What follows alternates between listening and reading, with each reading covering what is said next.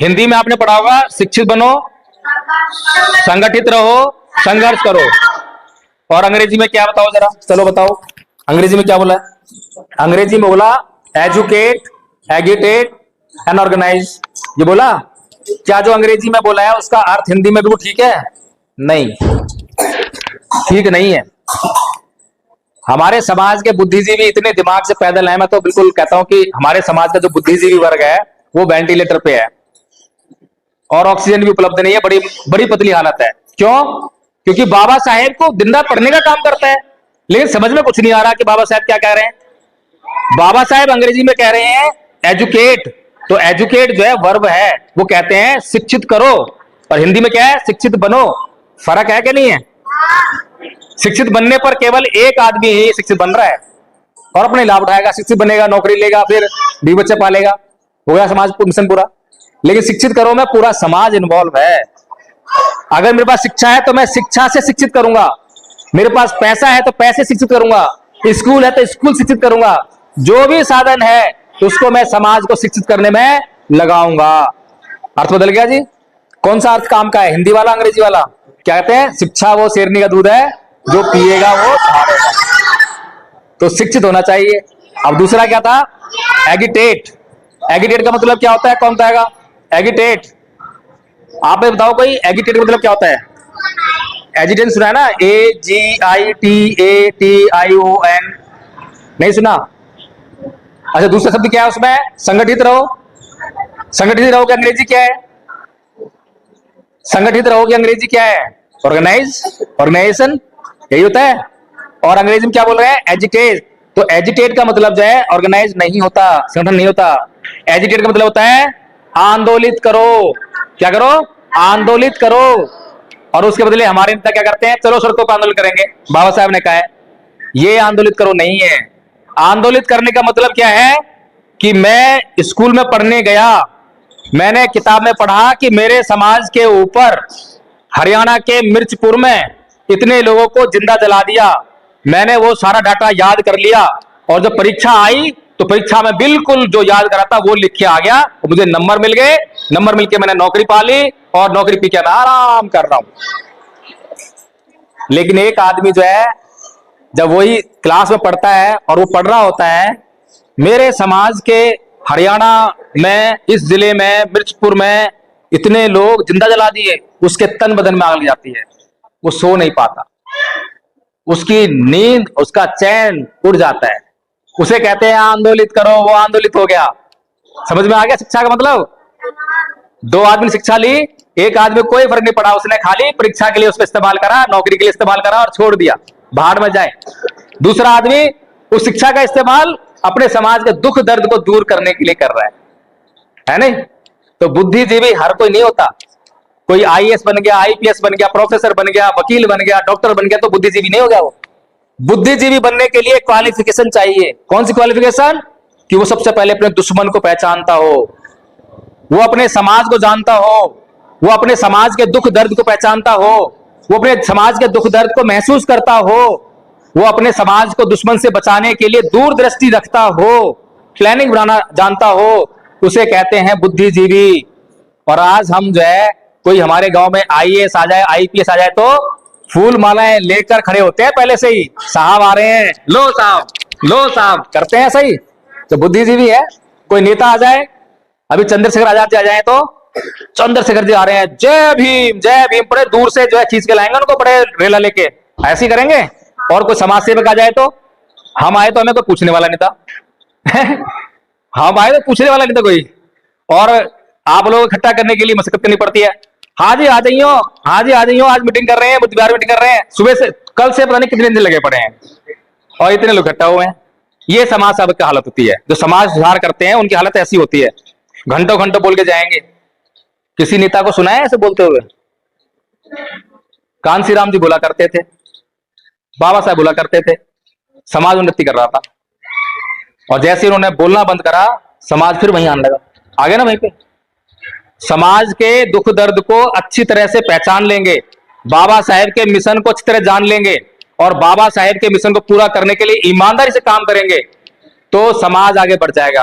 अब कुछ लोग बोलेंगे समाज से मेरे को क्या लेना देना है, अरे मेरे नुकसान हो जाएगा। अरे भाई तुम भी समाज का हिस्सा हो, जब ये समाज तरक्की करेगा तो तुम भी तो हिस्सा हो। समाज को कोई गाली दे रहा हो तो बच जाओगे क्या? गाली तुम्हें ही पड़ेगी। समाज जो है दुख दर्द में आएगा, या कोई बाहर से कोई जातिवादी हिंसा करने आएगा तो समाज पे करने आएगा ना। और तुम भी समाज का हिस्सा। कौन है? चमार, आ ले पटक है, बचे तो नहीं। इसलिए हर एक आदमी की जिम्मेदारी होनी चाहिए कि इस समाज का उद्धार मुझे करना है, कोई करे ना करे मुझे तो करना है। इन लोगों को नहीं मालूम कि बाबा साहेब का कर्ज है, कर्जदार हैं बाबा साहेब के। तो जिसको मालूम पड़ जाए कि मैं बाबा साहेब का कर्जदार हूं तो मुझे तो बाबा साहब कर्ज चुकाना ही है। कोई चुकाए ना चुकाए मुझे क्या मतलब है किसी से, पर मैंने कर्ज लिया है, मैं चुकाऊंगा। तो ऐसी भावना रखते हुए ही समाज सेवा होती है और समाज का उत्थान होता है। और जब समाज का उत्थान करने के लिए निकलते हैं तो मेहनत करनी पड़ती है। आज ये हमारी कौन सी मीटिंग है जी? दूसरी मीटिंग है। कितनी देर हो गई बोलते बोलते? समस्या तो हो रही कुछ ना कुछ है? खाना पीना सब तरह का, और सुबह के 5 बजे को उठे हुए हैं, रात को जो मेरे ख्याल से 11-12 बजे घुसेंगे। तो काम बड़ा मुश्किल है, लेकिन काम जो है क्या है हमारा? बौद्ध में भारत करना है। और बौद्ध में भारत करने से कोई हमारी समस्या हल होने वाली है क्या? बौद्ध में भारत कर देते हैं तो समस्या हल होगी क्या हमारी? होगी क्या? नहीं होगी। समस्या कुछ सुकून मिल जाएगा। नहीं, गलत बोला आपने। बौद्ध में भारत करेंगे तो हमारी ऐसी कोई समस्या नहीं जो हल ना हो, गारंटी दे रहा हूं मैं। बोर्ड नहीं बताता मैं आपको, कोई बात नहीं, ध्यान से सुनो। लेकिन अगर बौद्ध में भारत होगा तो क्या क्या होगा? बौद्ध में भारत के बहुत सारे बाय प्रोडक्ट आएंगे। जैसे आप दरवाजा बनाने के लिए लकड़ी लगाते हो, तो दरवाजा बना लिया, उसमें लकड़ी बचती है। फिर लकड़ी बचती है तो उसका क्या करते हो? कोई स्टूल बना लेते हो छोटा मोटा जो है, या फिर जलावन काम आती है। तो जो वो बाकी के काम करे वो बाई प्रोडक्ट है, बाई प्रोडक्ट है ना वो। ऐसे जब बौद्ध में भारत बनेगा तो हमें राजनीतिक सत्ता भी मिलेगी। बाबा साहब का दूसरा सपना, 2 सपने थे बाबा साहब के, कि भारत बौद्ध में हो जाए और बहुजन समाज सत्ता में आ जाए। 2 सपने थे। तो अगर बौद्ध में भारत बनेगा तो जब बौद्ध लोग होंगे तो सत्ता किसकी होगी? बौद्धों की होगी। पहली समस्या हल हो गई, क्योंकि हमारी समस्या है ना पिछले 70-72 साल से हम सत्ता में नहीं है। संविधान बनने के बाद सत्ता में नहीं है। पहले तो यह था कि राजा बनने के लिए तलवार चाहिए, सेना चाहिए, बड़ा काम था। लेकिन उसके बाद जब संविधान बन गया तो खाली वोट से राजा बनना था, वो भी नहीं कर पाए, हम नहीं कर पाए ना।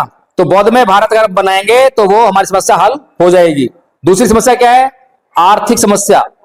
हमारे पास उद्योग नहीं है, फिल्म इंडस्ट्री में हम कहीं नहीं है, खेलों में हम कहीं नहीं है, हम कहीं पर भी नहीं है। और जो मैं हम की बात कर रहा हूं वो कौन है? कोई मामूली समाज है क्या? 85% समाज है। 85% में से अगर तुम मुस्लिम अल्पसंख्यकों को निकाल दो तो कम से कम 40% समाज ऐसा है। भारत में 150 करोड़ लोग हैं। 150 करोड़ लोगों में से 40% की आबादी ना तो फिल्म इंडस्ट्री में है, ना खेलों में है, ना उसमें जो इंडस्ट्रीज हैं, उद्योग हैं उसमें है, नौकरियों में भी नहीं है। जो नौकरियों में उनसे भी वो छीनी आ रही है, ना संपत्ति है।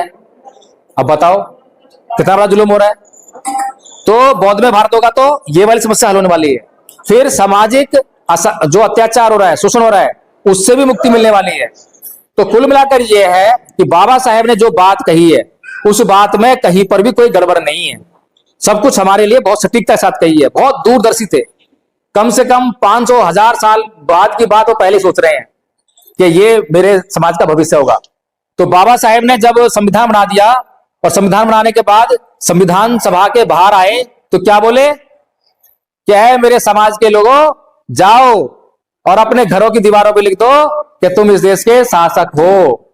समझ पाए हम कोई? अब ये बताओ, इस देश में संविधान तो लागू हो गया, संविधान लागू हो गया तो लोकतंत्र लागू हो गया, और लोकतंत्र से क्या हुआ? शासन तो आएगा, क्योंकि बाबा साहेब ने रानी के पेट का ऑपरेशन कर दिया।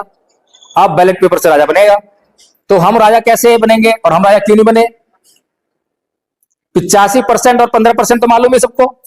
अब 85% में कौन कौन है? SC, ST, OBC और माइनॉरिटीज, ये हो गए। अच्छा, अब ये जो SC, ST, OBC ये इकट्ठे नहीं है, और बाबा साहेब कह रहे हैं कि जाओ अपने घरों की दीवारों पर लिख दो कि तुम इस देश के शासक हो।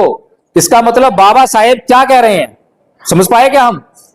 बाबा साहेब इतिहास में झांक कर देख रहे हैं कि ये जो SC, ST, OBC और ये माइनॉरिटीज भी, ये मुसलमान कहां से आए, सिख कहां से आए, ईसाई कहां से आए, ये बाहर से कहीं से नहीं आए, ये यही के बौद्ध लोग हैं।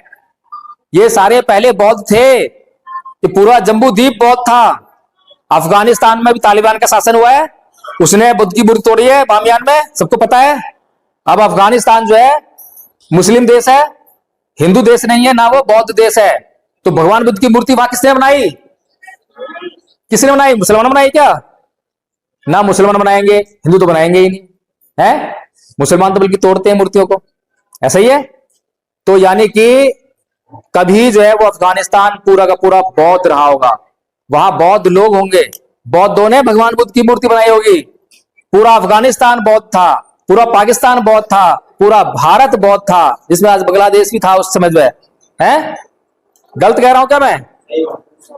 तो ये जो SC ST OBC और माइनॉरिटीज जो 85% वो बौद्ध थे, और जो 15% की बात करते हैं, जो जिनको हम दुश्मन कहते हैं, उसमें भी आधे बौद्ध थे। अगर हमने इस देश को बौद्ध में कर लिया तो वो 85 जो 15% है ना, उसमें से भी आधे हमारे साथ आ जाएंगे। वो हमारे साथ क्यों नहीं आ रहे हैं? क्योंकि हमारे साथ में जाति चिपकी हुई है, और जाति में घृणा होती है, द्वेष होता है। जाति से कोई आता है क्या? जाति में जो है एक जाति के लोग नहीं आते। अब अरे भाई साहब, बहुत बढ़िया काम करा मैं तो। इधर ले आओ, इधर